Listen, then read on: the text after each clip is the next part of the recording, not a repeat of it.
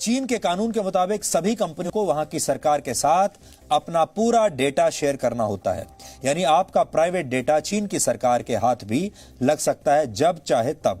और जैसा कि हम पहले आपको कई बार बता चुके हैं, आने वाले जमाने में वही देश दुनिया का सबसे शक्तिशाली देश बन पाएगा जिसके पास सबसे ज्यादा डेटा होगा।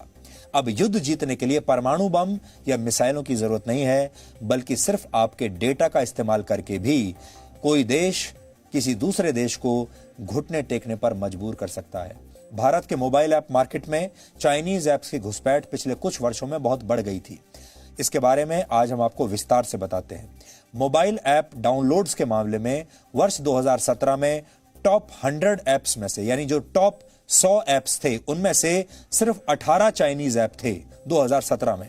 अगले साल यानी 2018 में टॉप 100 ऐप्स में चाइनीज ऐप्स की संख्या बढ़कर 44 हो गई।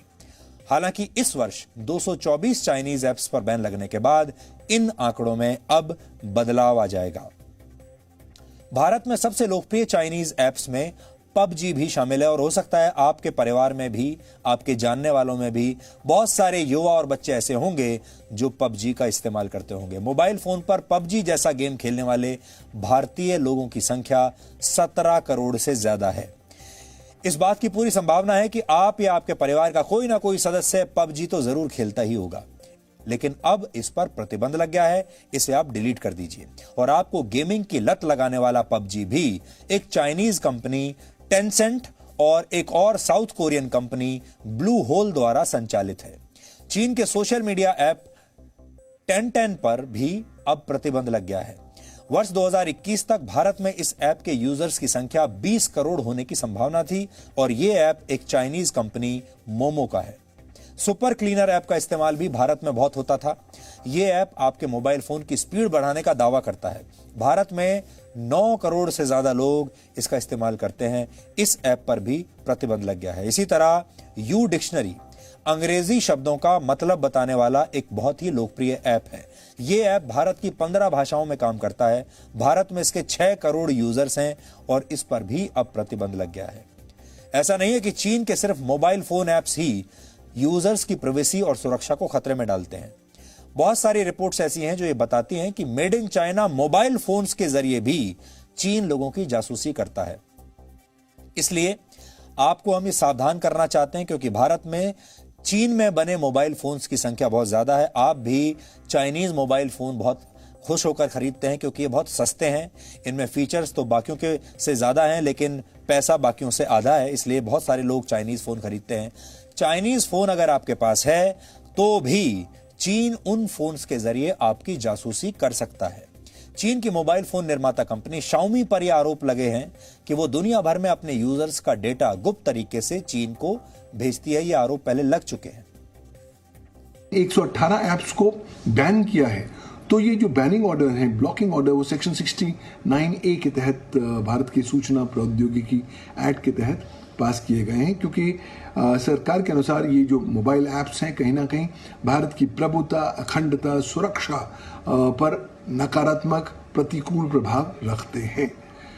अब ध्यान से देखा जाए तो मुझे लगता है कि जब जब आपके यहाँ टेंशन्स बॉर्डर पर बढ़ेंगी तब तब इस तरह की घटनाएं भी आती रहेंगी।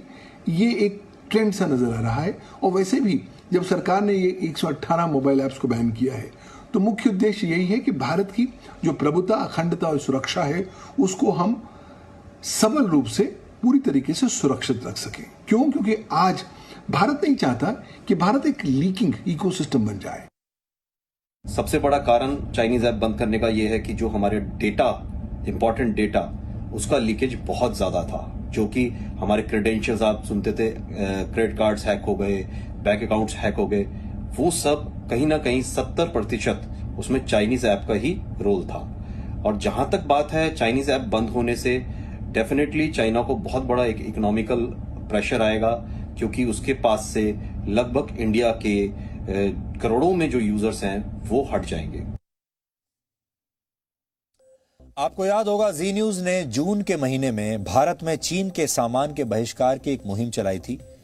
लगभग 1.5 महीने में जी न्यूज की इस मेड इन इंडिया मुहिम से 1 करोड़ से ज्यादा लोग मिस्ड कॉल देकर जुड़े थे। आप लोगों ने बहुत समर्थन दिया था और उसके बाद से ही चीनी सामान के खिलाफ जो एक पूरा माहौल बना है, ये उसके बाद ही बना है, क्योंकि भारतीय लोगों ने दुनिया को अपनी शक्ति का एहसास करा दिया। भारत के लिए ये एक बहुत बड़ा, सुनहरा और शानदार मौका है। ये टेक्नोलॉजी के मामले में एक तरह का नया राष्ट्रवाद है। आप राष्ट्रवाद आजकल बहुत सुनते होंगे, राष्ट्रवाद शब्द, अंग्रेजी में इसे नेशनलिज्म भी कहते हैं। राष्ट्रवाद अब ये एक अलग तरह का राष्ट्रवाद आज से शुरू हो रहा है। इसे आप टेक्नोलॉजी का राष्ट्रवाद भी कह सकते हैं। आप इस तरह से समझिए कि दुनिया की 10 बड़ी टेक्नोलॉजी कंपनियां जो हैं, उनमें से 5 चीन की टेक्नोलॉजी कंपनियां हैं। चीन ने इंटरनेट राष्ट्रवाद के दम पर यह काम किया। भारत के पास भी अब यह मौका आ गया है। चीन के कुल 224 मोबाइल ऐप्स पर पाबंदी लग चुकी है। इससे भारतीय कंपनियों के पास एक सुनहरा अवसर है कि वो वर्ल्ड क्लास मोबाइल ऐप्स बनाएं और अपनी कंपनियों को वर्ल्ड क्लास बनाएं। भारत में इस समय 50 करोड़ स्मार्टफोन यूजर्स हैं और 70 करोड़ भारतीय इंटरनेट का इस्तेमाल करते हैं, और यही हमारी सबसे बड़ी शक्ति है, ये 50 करोड़ स्मार्टफोन्स और 70 करोड़ इंटरनेट यूजर्स। अगर इस बाजार पर भारत की कंपनियों का अगर एक अधिकार आ जाए, भारत की कंपनियों को यह बाजार मिल जाए, तो भारत एक सुपर पावर बन सकता है और भारत पूरी दुनिया को अपनी ताकत दिखा सकता है। किसी भी संस्कृति के प्रचार प्रसार के लिए मीडिया एक बहुत बड़ा माध्यम होता है, क्योंकि मीडिया में जो कुछ आप देखते हैं, जो सुनते हैं, उसका आपके दिमाग पर सबसे ज्यादा असर पड़ता है। आप अपनी राय वही सारी चीजों को देखने के बाद बनाते हैं। मोबाइल गेम्स, मोबाइल ऐप्स प्रचार का बहुत सशक्त माध्यम आजकल बन गए हैं। इससे पहले अगर आपको याद होगा तो फिल्मों का असर आपके दिमाग पर बहुत होता था। टेलीविजन पर जो आप मनोरंजक कार्यक्रम देखते हैं, उसका असर भी आपके दिमाग पर बहुत होता है। और जो इन कार्यक्रमों का, टीवी का, फिल्मों का जो असर आपके ऊपर होता है, इसे कूटनीति की भाषा में सॉफ्ट पावर कहते हैं।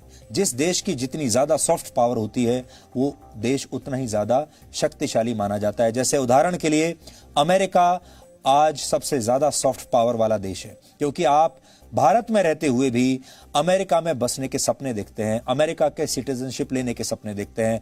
अमेरिका का वीजा लेना आज किसी भी भारतीय के लिए या दुनिया में किसी भी आदमी के लिए एक सपने जैसा है।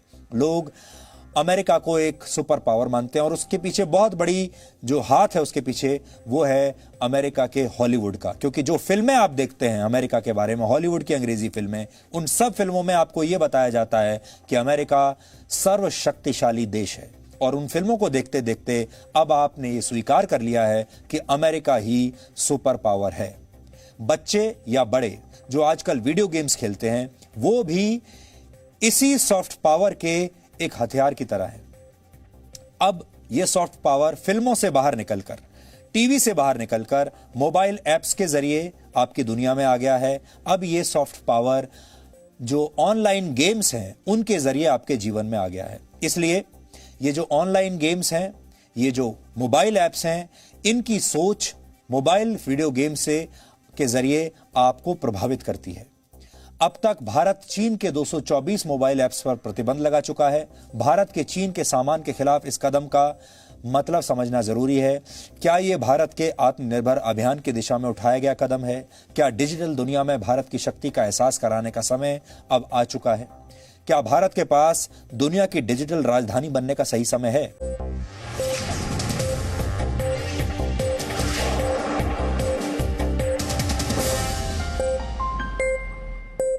Presenting V News app, available on Google Play and App Store. Download it now.